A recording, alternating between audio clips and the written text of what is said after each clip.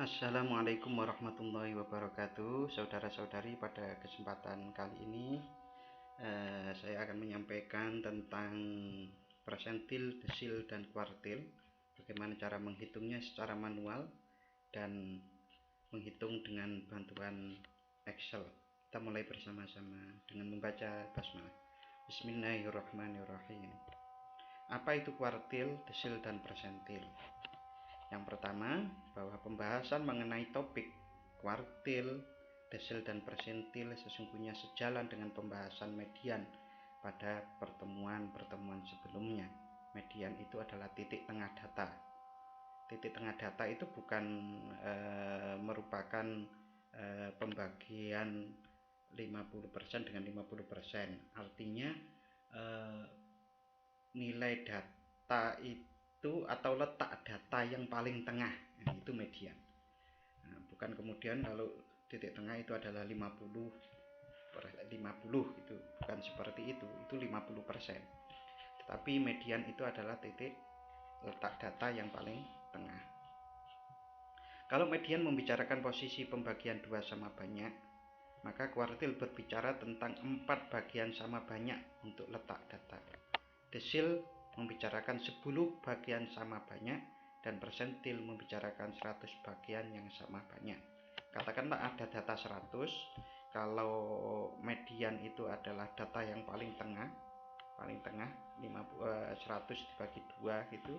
Lalu kalau kuartil itu adalah data yang terletak di 4 sama banyak. Desil itu membicarakan 10 yang desil itu kan dasa itu 10, seperti dasa muka, mukanya 10 itu dalam pewayangan itu. Nah, data ada 100 dibagi 10 itu hasilnya kan ada 10 yang pertama, 10 yang kedua, 10 yang ketiga, dan seterusnya. Kuartil juga begitu. Kuartil itu dibagi 4, ada kuartil 1, kuartil yang kedua, yang ketiga. Sedangkan persentil itu membicarakan 100 bagiannya sama banyak. Berarti kalau datanya 100 itu berarti persentil 1, 2, 3, 4 sampai 99. Oke, ini adalah sebuah ilustrasi gambar. Ini median itu titik tengah. Nah, kuartil yang letak data yang sama dengan median itu adalah Q2. Q2 kuartil 2. Nah, kuartil 1 di sini, kuartil 3 di sini. Oke, saudara-saudari, bagaimana cara menghitung kuartil? Oke, kita jelaskan dulu apa pengertian kuartil. Kuartil adalah sekumpulan distribusi data yang dibagi menjadi 4 bagian sama besar atau banyak. Kuartil dibedakan menjadi 3 macam, yaitu kuartil pertama, kuartil kedua, dan kuartil ketiga. Nah, ini yang sini adalah Q1, ini letak data Q1, letak data Q2, letak data Q3. Ini dibagi 4 sama banyak, tapi Q-nya 3. 1, 2, 3. Sedangkan kuartil pertama adalah suatu nilai dengan distribusi membatasi 25% frekuensi di bagian bawah distribusi dan 75% di bagian atas. Artinya kalau kuartil pertama itu 25%. Yang di sini ini adalah data kuartil pertama, sedangkan yang sisanya 75% ini adalah kuartil 2 dan 3. Kuartil kedua adalah suatu nilai dalam distribusi yang membatasi 50% frekuensi di bagian bawah distribusi dan 50% di bagian atas distribusi. Ini kalau ini berarti ini bisa nanti itu buat semakin memperkaya penelitian hasil penelitian. Kita bisa mengatakan 25% dari data, umpamanya 25% data kuartil yang pertama, nilai jiwa damai sekelompok guru itu adalah berjumlah segini-segini, dan seterusnya seperti itu. Kuartil ketiga adalah suatu nilai dalam distribusi yang membatasi 75% frekuensi di bagian bawah distribusi dan 25% di bagian atas distribusi. Ini Q3, berarti ini 25% yang di atas, 75% sisanya di bagian bawah. Oke, cara menghitung kuartil.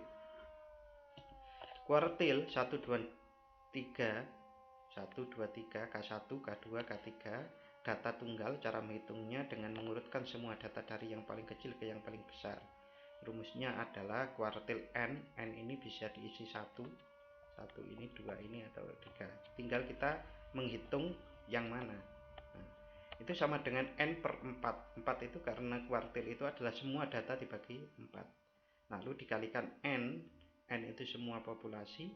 Ini ada n besar dan n kecil ya. N kecil itu melambangkan ini, hitung K1, K2 atau K3 ini.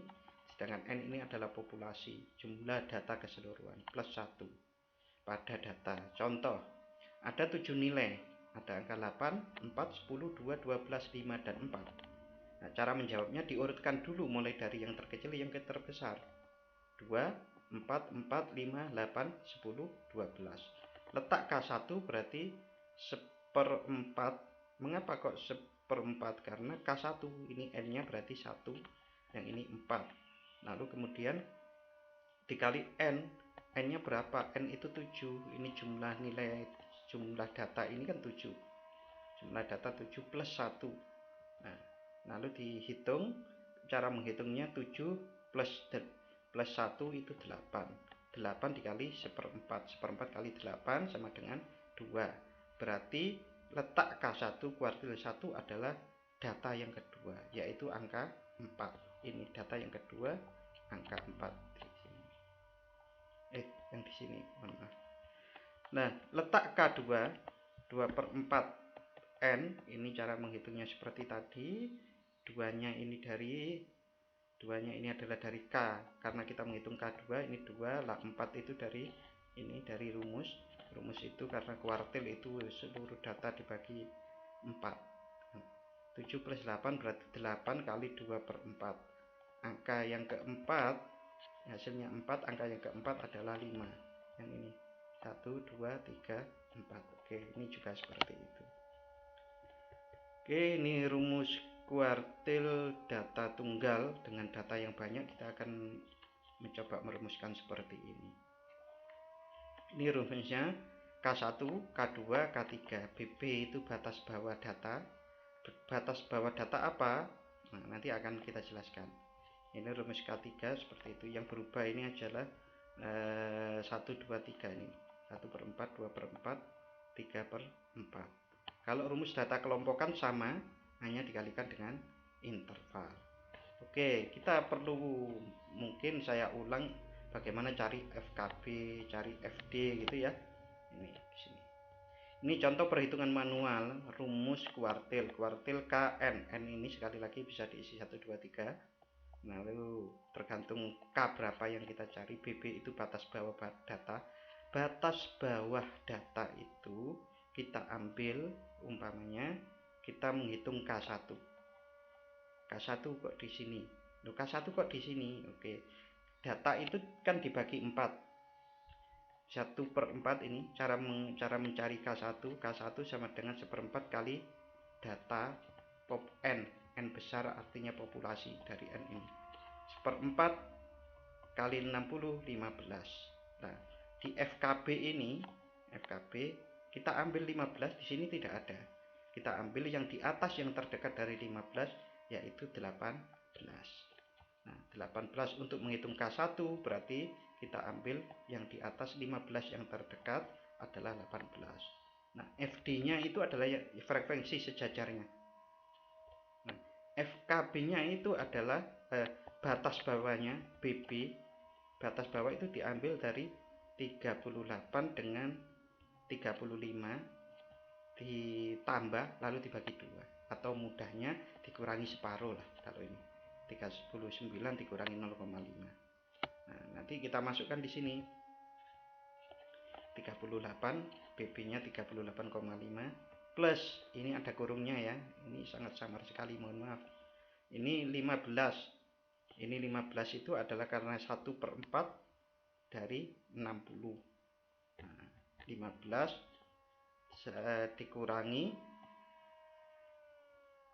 FKB. FKB-nya tadi itu adalah 12. Nah, FKB-nya itu di bawahnya dari K1 ini tadi. Ini lalu kita hitung FD-nya 6. FD-nya 6 itu diambil dari sini. Oke. Nah, lalu kita masukkan angka-angkanya. Di sini kita hitung dulu yang dikurung. 15 dikurangi 12 sama dengan 3 dibagi 6. Hasilnya 0,5. Lalu di plus dengan 38,5, hasilnya 39. Nah, ini hasilnya seperti itu. Nah, perhitungan K2, K3 juga seperti itu. Nah, untuk K2 kok batas bawahnya 39. Ini awalnya dari sini K2. Mengapa kok K2 ini adalah 30? Sekali lagi, berarti kalau K2 itu adalah 2/4 dikali 60, hasilnya 30. Nah, ini pas. Kita tidak perlu mencari data di atas 15 seperti K1. Ini juga nanti K3 itu adalah 3/4 kali 60, hasilnya 45. Tidak ada angka yang 45 pas, berarti kita ambil di atas 45, yang terdekat yaitu 48. Tarik ke sini, ini FD-nya 42, ini BP-nya batas bawah 42 dikurangi 0,5. Ini juga begitu, BP-nya batas bawah berarti 40 dikurangi 0,5, lalu dimasukkan ke sini. Oke, contoh yang kedua, dimasukkan BP-nya 39,5 plus 30 min 18 dikurangi 12. Nah, 18 ini adalah berasal dari ini. Ini data di bawah K2 ini. Ini juga nanti K3 berarti yang 40. Oke. Nah, ini kan 40, 18. Nah, ini FD sekali lagi diambil yang dari sejajar sini yang tadi 12, 8. Oke. Lalu dihitung 30, kita yang dalam kurung dulu, 30 dikurangi 18, hasilnya dibagi 12, berarti 12 per 12 1. 39 dari sini 39,5 ditambah 1 40,5 dan seterusnya seperti itu. Oke, kegunaan kuartil. Kegunaan kuartil itu adalah untuk mengetahui normal atau tidaknya simetris atau asimetris, tidak simetris suatu kurva. Kurva itu ya seperti lonceng atau seperti gunung yang sempurna. Gunung yang sempurna itu kanan kirinya itu simetris, sama persis seperti Gunung Merapi. Kalau dari jauh itu kan bagus, itu membentuk kerucut atau tumpeng lah gitu ya, tumpeng atau corong gitu. Nah, itu tidak menceng, gunung itu tidak menceng. Nah, kalau menceng berarti jika K3 min K2 sama dengan K2 min K1, maka kurvanya normal. Tapi jika K2 dikurangi K3 dikurangi K2 itu lebih besar dari K2 min K1, maka kurvanya miring ke kiri atau juling positif. Jika K3 min K2 lebih kecil dari K2 min K1, maka kurvanya miring ke kanan, juling negatif. Oke, kegunaan yang lain, kita umpamanya kita menentukan 25% dari peserta Olimpiade PAI. Nah, 25% mendapatkan souvenir, pokoknya begitu. Maka kita bisa menggunakan kuartil K3 yang di data yang paling atas tadi. Mohon maaf, ini masih salah ya. Kuartil 3 bukan 1. Oke, berikutnya tentang desil dan persentil. Untuk mencari desil maupun persentil secara prinsip sama dengan cara mencari kuartil.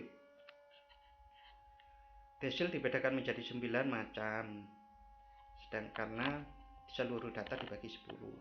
Sedangkan persentil dibedakan menjadi 99. Ini letak data, bukan seperti membagi kalau 100 dibagi 10 hasilnya 10, bukan begitu. Tapi letak data itu ada yang di atas. Kalau kita pakai kuartil tadi 75% di atas, 25% di bawah. Nah, desil juga seperti itu. Maka hasilnya adalah desil dibedakan menjadi 9 macam, sedangkan persentil 99 macam, kuartil ada 3 macam.